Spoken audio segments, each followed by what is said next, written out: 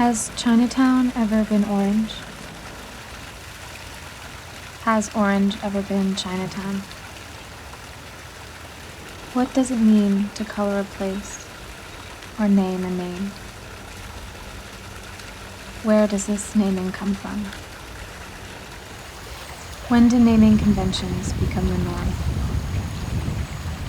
50YR 18650 Glidden's paint code. The name Chinatown Orange is just as meaningless. Yet, Chinatown Orange alludes to a place that the code does not. It is a grounded, mystical place. An Atlantis, a Mount Olympus, an El Dorado, a Shangri-La.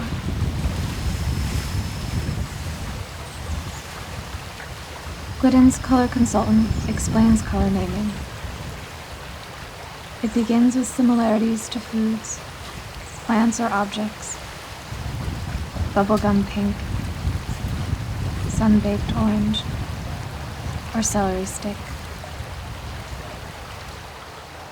A color's emotional state is important. Language fails here and metaphors become essential. Like secret scribbles, sorcerer's spell, or treasure hunt. Sometimes serendipity strikes. Blue post-it notes became sticky blue. Is that the sticky that one thinks about? Metaphors have a way of inviting unintended and misdirecting interpretation. Neither histories nor records exist for the colors. Only names and color codes remain. As time passes, a name loses all reference. Does it become truly meaningless? Is there meaning to be retained? Why sticky blue is sticky blue will be lost, just as a mist shrouds Thai teal, Navajo white, and Chinatown orange. Memory, sense, and feeling for each place conjured is indiscriminate. Absent records allow each color to remain a mystery. Unsourced and unconfirmed, names are delivered and received, elusive from beginning to end, just like a winter's breath.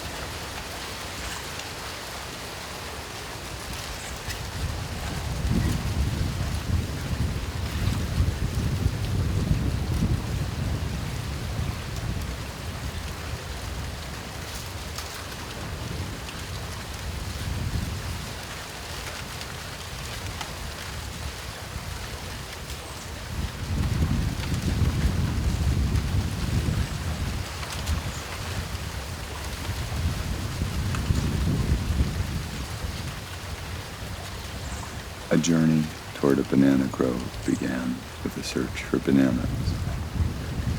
Early bananas were like pea pods, yellow containers for just seeds. The outside reveals a bright yellow, but peeled, the banana unveils its true self, a soft, mushy off-white. Bananas imply dual identities, a double consciousness, both familiar and foreign. The banana originates from somewhere in Southeast Asia. The earliest cultivars of the fruit still exist there. Perhaps the Mekong River Delta region in Vietnam was where the banana started.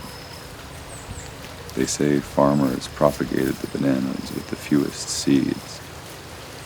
Over time, the seeds gradually disappeared, an erasure of what they once were, their heritage and identity. Traders spread the banana to Southeast Asia, across Polynesia, and as far as the Americas. The banana, separated from home, belongs to neither one culture nor the other. It lives both as mundane and exotic.